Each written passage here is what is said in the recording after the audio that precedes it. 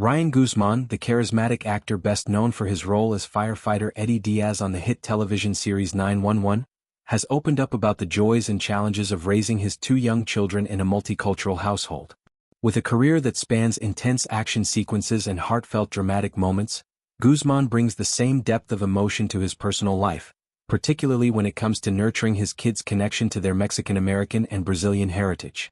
Sharing custody of his 4-year-old daughter Genevieve and 6-year-old son Mateo with his ex-partner Chrysti, Guzman emphasizes a gentle, organic approach to cultural identity, one that avoids the pressures he himself navigated as a biracial individual growing up. At the heart of Guzman's parenting philosophy is a profound appreciation for the family-centric values ingrained in both Mexican and Brazilian cultures. He describes these traditions as kind of ingrained in us, highlighting how they foster unbreakable bonds and a sense of belonging that transcends borders. For Guzman, whose father is Mexican-American and mother is American of European descent, the beauty of his cultural background lies in its unwavering focus on togetherness.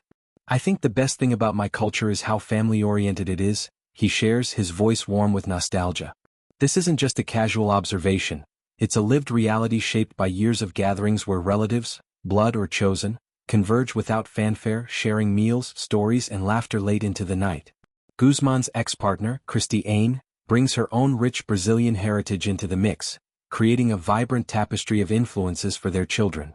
Brazilian culture, much like its Mexican counterpart, reveres family as the cornerstone of life. From lively carnival celebrations to intimate Sunday feasts featuring feijoada or churrasco, these traditions emphasize communal joy and resilience. Guzman notes that this shared ethos makes their co-parenting dynamic feel harmonious, even post-separation. "Their mother is Brazilian as well, and that's a very family-oriented culture," he explains.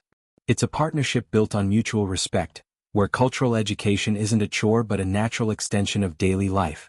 Imagine a typical weekend. The kids might wake up to the sizzle of carnitas on the stove, followed by tales of their grandparents' journeys from rural villages in Mexico or bustling streets in São Paulo. These moments aren't scripted lessons, they're the quiet threads weaving identity into the fabric of childhood. Yet, beneath this idyllic portrayal lies a deeper awareness of the complexities biracial children face. Guzman speaks candidly about the pressure he felt as a young person straddling multiple worlds. Growing up biracial often means navigating invisible lines, societal expectations that demand you prove your authenticity to one side or the other. For some, this manifests as overcompensating, adopting accents that aren't fully yours, clinging to rituals out of obligation, or feeling like an outsider in spaces meant to feel like home. Guzman recalls moments of self-doubt, wondering if he was Mexican enough for his father's family or American enough for broader society. These experiences, compounded by the entertainment industry's scrutiny of diverse identities, have made him acutely sensitive to his children's potential vulnerabilities. "I know the pressure you can feel from being tied to multiple cultures and feeling like you have to uphold everything," Guzman admits. It's a confession that resonates with countless mixed-race families worldwide, where the blending of heritages can sometimes blur into a fog of expectation. In the United States, where cultural assimilation has historically been a double-edged sword, biracial individuals often grapple with what it means to belong. Studies from organizations like the Pew Research Center highlight how multiracial Americans frequently report feeling caught between identities, with higher rates of identity-related stress. Guzman, however, is determined to shield his kids from this burden. He envisions a childhood where heritage flows freely, unmarred by the need to perform. This is where Guzman's approach shines, intentional yet understated. "But I think what we do as a family is something pretty amazing, which is we don't beat them over the head with, 'You have to do a certain thing to be a part of the culture,'" he says. "No mandatory quinceañera rehearsals or forced language drills, just organic immersion." For Genevieve and Mateo, cultural pride emerges through play and presence. Perhaps it's a spontaneous backyard barbecue where abuelitas tamales sit alongside pão de queijo, or a family movie night featuring Pixar films dubbed in Spanish and Portuguese. Guzman describes it as, "This is what we do as Mexican American," or "This is what we do as Brazilian American." It just feels a little bit more natural. This naturalness is key.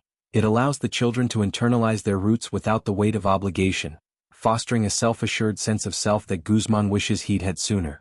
Drawing from his own upbringing, Guzman credits his Mexican-American side for instilling an open-door policy that defines hospitality at its most genuine.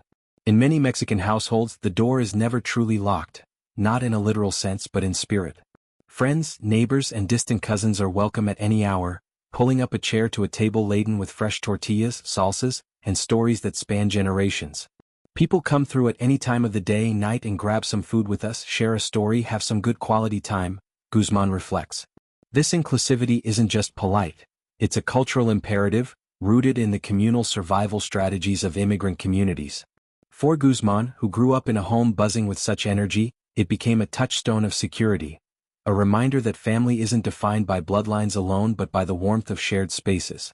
He holds this value so near and dear, carrying it into his role as a father with quiet reverence. In a world where schedules dictate every minute, Guzman's commitment to this open-hearted tradition stands out. He imagines his children inheriting not just recipes but the rhythm of unhurried connection, the way a late-night knock might lead to hours of conversation, or how a simple meal can mend the day's fractures. It's a lesson in abundance, teaching Genevieve and Mateo that love expands when shared freely.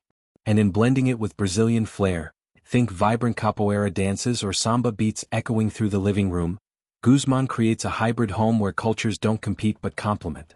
Of course, this philosophy isn't without its challenges. Co-parenting across cultural lines requires nuance, especially in a high-profile life like Guzman's.